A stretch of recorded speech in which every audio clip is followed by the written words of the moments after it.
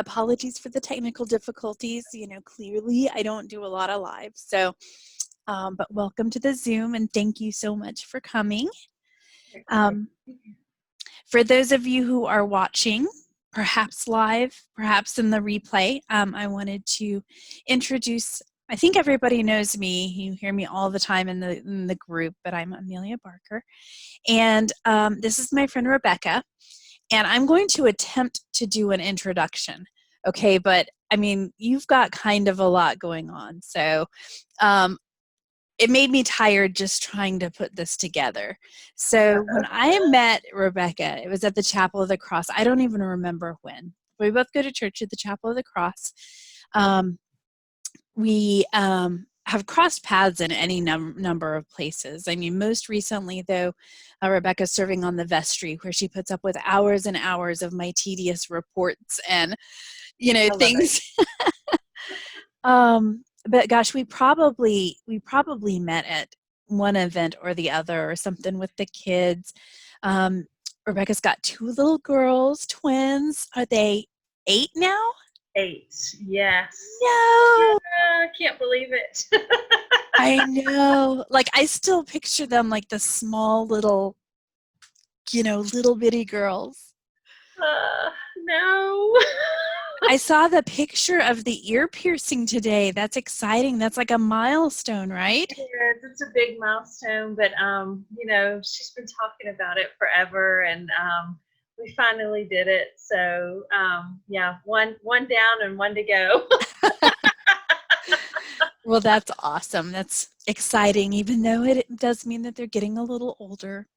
Mm-hmm.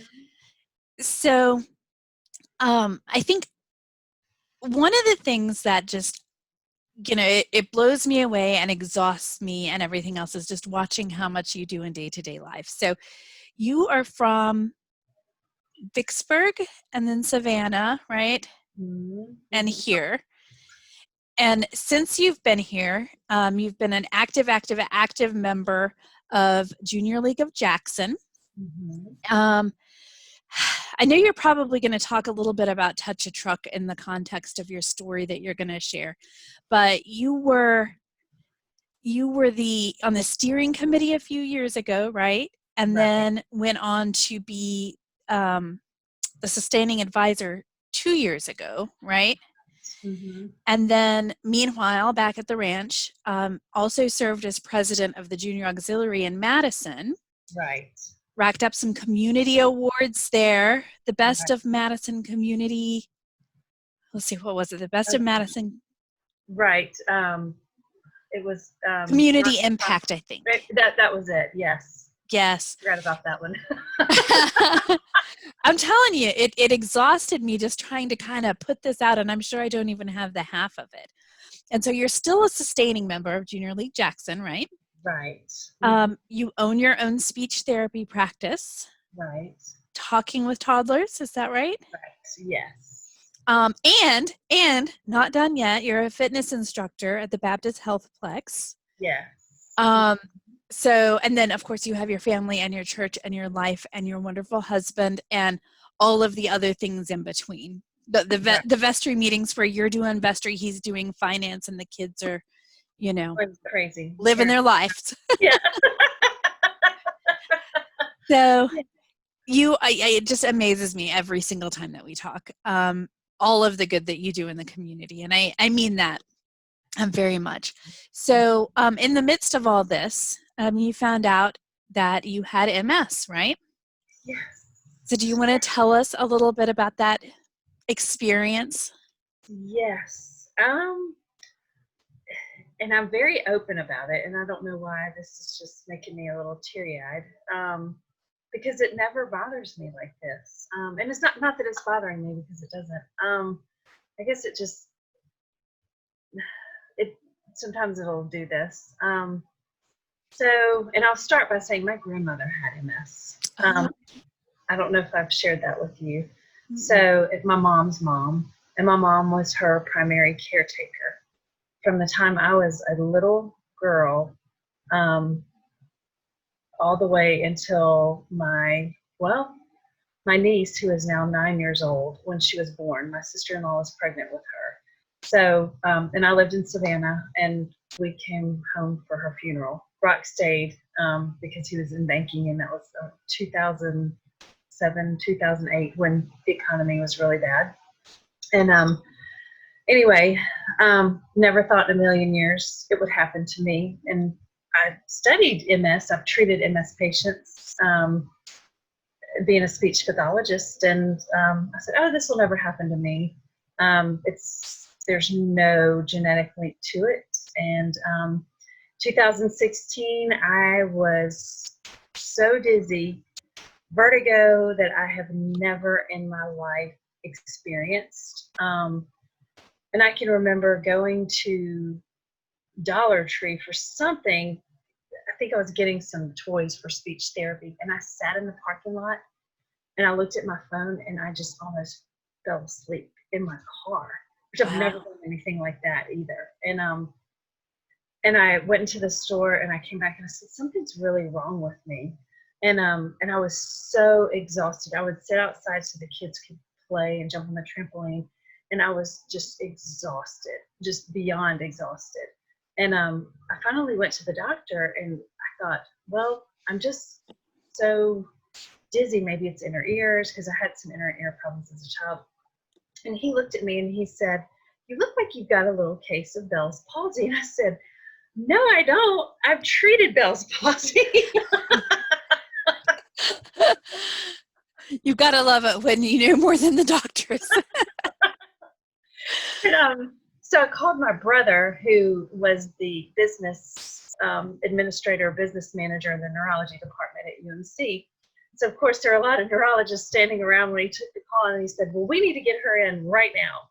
And so they got me in immediately the next day, and they gave me all of these tests, and I call it a field sobriety test, not like I would know what it is. Sure. Yeah. I wouldn't know. All of those college days, yeah. Right. Going to Ole Miss, but anyway. Never lost a party. Yeah, I'm sure you can relate with those boys. Oh, don't remind me. But more about you now. But so I passed all of those tests with flying colors. I mean, I could balance on one leg and the world was spinning. I mean, spinning. And I was a competitive dancer for 12 years. And then, like I said, you introduced me to fitness instructor. I've been teaching for 22 years. And this was 2016, so still close to that 20-year mark. So they said, and it was a neurologist that my brother had recommended I see, and he said, "You don't have MS. Everything's fine. Don't worry. I know your grandmother had it." And he was the kindest, sweetest person. But he said, "Let's give you an MRI, and just to rule out whatever it is, we'll figure out what it is, what's going on." Because I had been dizzy and vertigo for probably 2 weeks at this point. So I had the MRI, and he called me, and I was coming up the exit ramp driving from Madison, and he told me I had MS. And like I said, I was driving, and I'm surprised I made it home in one piece. Wow. Yeah, I just remember it like it was yesterday, but he had already told my brother, and I think he had already called my mom. And Wow. yeah, because I knew they knew it was going to be such a big deal. And I just went home and I cried, because all I knew was what my grandmother had experienced, and it was not good. That was when there weren't a lot of treatments, and she did not do what she was supposed to do, and was bedridden and Oh, wow. not a pleasant person. So, and my mom really didn't know what to expect either, but I was really, really down in the dumps for a few weeks. But luckily, the specialist and the main neurologist told my brother that the outlook was good. And he was an older neurologist, and he was training one of the best nurse practitioners. And she was already seeing me for migraines. So I had such a great relationship with her. And we found out that Great. migraines are related to all of that too. And she was in Puerto Rico, and she and I were texting, which she's just wonderful. She's become a really close friend. And she told me all about the different medicines that I could take. And she told me about this one. She said it's the next best thing to a cure, because there is no cure. But this is medicine I'm still on, and it really is. I give it so much credit to how well I'm doing. It's almost a 3 hour treatment, but every 45 days now that I take it. But it's wonderful. And I know it's a progressive disease, and I don't know what the future holds, but I have such a positive attitude, because one day I said, you know what? I'm just going to quit feeling so down in the dumps, pull myself out. And since then, I've just had such a positive attitude. And I think that's the biggest thing. And they told me from my MRIs, they said, I'm surprised you're not dragging your leg.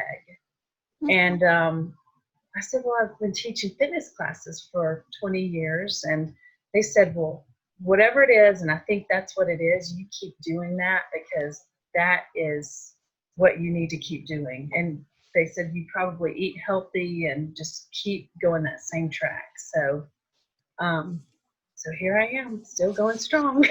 That's amazing. Yeah. You do more in a week than most of us do in a month, I think. So I don't know. I'm tired. The fatigue is real. And you can definitely overdo it, because there are some days where I overdo it and I pay for it the next day and the next day. But I'm learning to manage and trying to learn to say no, but sometimes it's hard. I understand that. Trust me. I know you do. I know you do. I know Practice makes perfect, though. Just it's a work in progress. That's right. So, so it sounds like things have changed a lot just in the short time from, your grandmother's experience to your experience. Mm-hmm. So the reason that, I wanted to talk to you now about this was, I mentioned to you the Color Street nail strip that's coming out. And I don't have them yet, but I will be bringing you a set as soon as they come in. But they've got 8 times a year, there's different foundation strips that are a limited edition, and they're meant to raise both awareness and also money for different causes. And so this month's is called Day by Day, and it was released Tuesday, I guess. It's a beautiful orange glittery color. It's got gold glitter in it. I assume based off of the ribbon colors. And as part of this release, the Color Street Foundation is donating to 3 different organizations. They're going to donate $100,000, and the 3 organizations are Can Do MS, MS Focus, and Race to Erase MS. So have you had any experience with any of those organizations? I have heard of the Can Do MS organization, and I really love that their focus, because it's the whole person that they focus on. They focus on person as a whole, the whole health, and the whole community approach. And the founder is an athlete. Okay. And don't ask me his name because I forgot. But it was in the 60s or 70s, he was an Olympic athlete, and they told him that he couldn't exercise after he was diagnosed. And they thought at the time, and I remember because my mom was sort of old school because of her mom too, but they felt that exercise and too much movement could actually make MS symptoms worse. And he had a different mindset and said, no, it's going to make the symptoms better. And it's true. And so I really like what they stand for, because it's more of that exercise. You've got to keep moving. And then, you need to be healthy. You need to have a positive attitude. It's all the things that I've always felt. And, I've had two people I know in this area have been diagnosed, and I've told them, I said, the first thing you need to do is just keep a positive attitude, and that's no matter what it is, no matter what you have. Just keep that positive attitude, and then the next thing, just keep moving, because the more that you stop, the worse your body is going to get. So I really like the focus of that mission the most, of that organization. That's excellent. And I know you said that there's not a cure. So do you think that most of the focus is, do you think it's split between treatment and coming up with a cure? Yes. And they're, trying to raise money to find a cure. Just like a lot of the autoimmune diseases, they're trying to find a cure. And I hope one day, and I really hope in our lifetime that they will find a cure. But the medicines are so good, and they come out with more and more and more every day, just with the science and the technology that we have. But I just really hope that that cure is going to be in our lifetime. Absolutely. Well, is there anything else that you think we should know about the disease? I mean, a lot Um, of us have heard of it, but don't necessarily know. what it is. Mhm. I found something that I thought was really interesting, and I'll read it to everyone, and just to get a better feel for what it is. It says, imagine you run a delivery service in a busy city. Each time you receive a package, you assign it to a driver to deliver. Along some drivers' routes, there may be potholes or detours that slow them down. They may deliver the packages eventually, but not at the speed you would have liked. Another driver may find his way completely blocked and be unable to deliver their package. You, however, have um, okay. You, however, have no control over the road damage or dead ends along their routes, nor can you predict where they will be. This illustrates MS and its symptoms. Your nervous system is like a network of roads running to every part of your body. Your brain uses these roads to send packages, nerve signals that instruct the body what to do throughout your body every second of the day. But due to the road damage caused by MS, some signals will be slowed down and some may not get delivered at all. So that's basically how MS works in your brain. So it's a it's a disease that affects the central nervous system, and so it's unknown, of course, and it affects people differently, um, and it attacks its own tissues in the central nervous system, and it malfunctions and destroys the fatty substance that coats and protects the nerve fibers in the brain and spinal cord, which is called myelin. And it, like I said, it affects everyone different. So,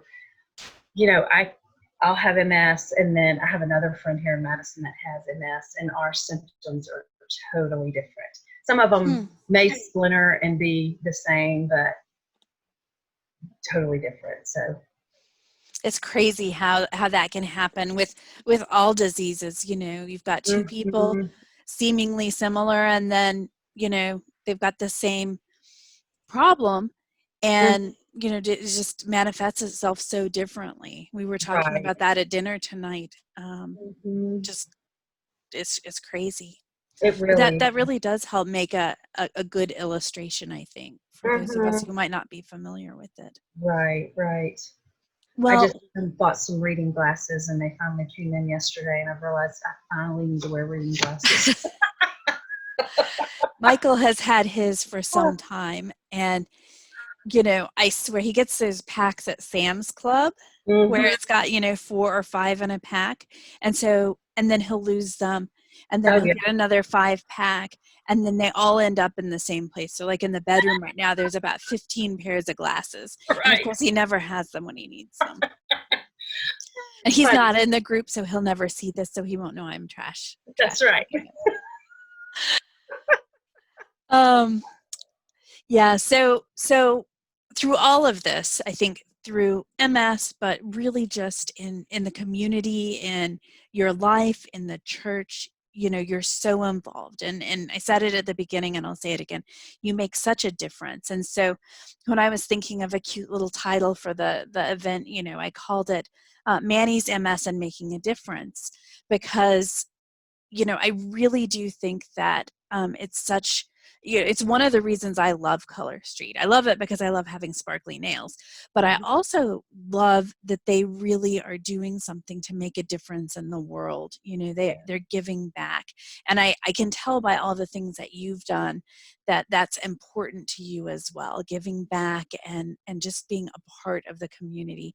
So to kind of wrap things up, do you have any advice to share with us about, you know, how to get involved, how to give back, how to navigate that and make a difference in the midst of all of the craziness that we call life?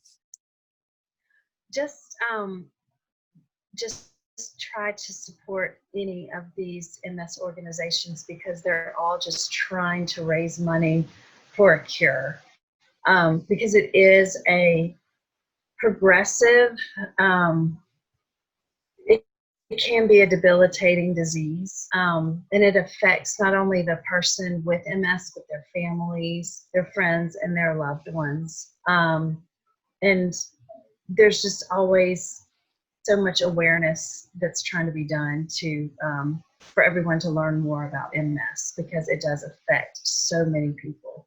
And it comes on between the ages of 20 to 40, but sometimes after that. So you Wow. just never know who it's going to affect. And it's more women than men, but it's definitely shocking when it happens to you. Well, and I can't believe that it's not hereditary, but yet you had it twice in your family in such close proximity. That's just And mind-boggling. there's some research now that they're saying that there could be some genetic markers. I got a research article from my neurologist because I'm used to reading a lot of these articles in my profession as a speech therapist. And when I go in for my treatments, there are some people that sisters and brothers will have it, or they'll Mm. skip a generation. And it's really interesting. I do know one person in the Jackson area, her sister has it and her mother has it. Wow. Yes. So, there's some interesting things happening with it. So eh, I'll be interested to see some more research coming forward with genetic markers. Of course, I'm a little nervous about my own children, but vitamin D is another thing that they're telling us now to take because we have a very low Hmm. vitamin D count. Mine were so low. So I have to take supplements. Yeah, I was outside all the time as a child, so in the sunshine, but and drank milk like crazy. So Right. never know. I guess though, if your body's not sustaining it or producing it, it can make a really big difference. Mhm. Mhm. Well, Yep. this has been really, really helpful. And I love the name of the nail strip Day by Day, because I think, you know, just hearing you talk about the progress that you've seen and the research that's being done, you know, all of that is day by day. You know, they're learning more, they're doing more. I want to end with kind of a call to action to everybody. A couple of days ago, I shared the links to these three organizations, and you know, you can go to each one of them and learn more about what they do and how you can help, whether it's volunteering or whether it's donating or whether it's just helping increase awareness. You know, I think everybody can do something, and it doesn't have to be huge. You know, we don't all have to be a Rebecca that does, you know, this huge touch a truck. I just can't even, it blows my mind. If you guys could see this event, it's just it's really, you know, there's big things that can be done, but there's also, you know, day by day little things that we can all do to really make a difference. And Yes. that's, I think, the call to action I'd like to share with everybody. You know, take a minute and learn and see what you Mhm. might be able to do to help. Mhm. Yes, education and knowledge is definitely power. Absolutely. Well, I'm sure that you have some little ones that if they're not in bed already, they should probably be getting that way. So I Yes. don't want to keep you much longer, but thank you so, so much. I learned a lot, and I'm sorry about the technical difficulties, but I think all's well that ends well. Yes. Well, I enjoyed this so much, and thank you for having me. Absolutely. And thanks for sharing your story, Rebecca. And I will be in touch when your nails come in. And you Oh, can't, I'll bring some more samples for the girls so they won't take your full set. You'll actually get to wear them this time. well, they're not taking mine, so that was my fault leaving them on the counter. Hey, you knew they spotted them right away. One of If they're those weird sparkly, things on the counter. oh yeah. And if they're sparkly, they're gonna take them. Exactly. Hey, you can't blame them. It's like a dog with a bone, right? That's right. All right. Well, thanks again, Rebecca. And we'll talk to you later, okay? Thank you. Bye. Bye.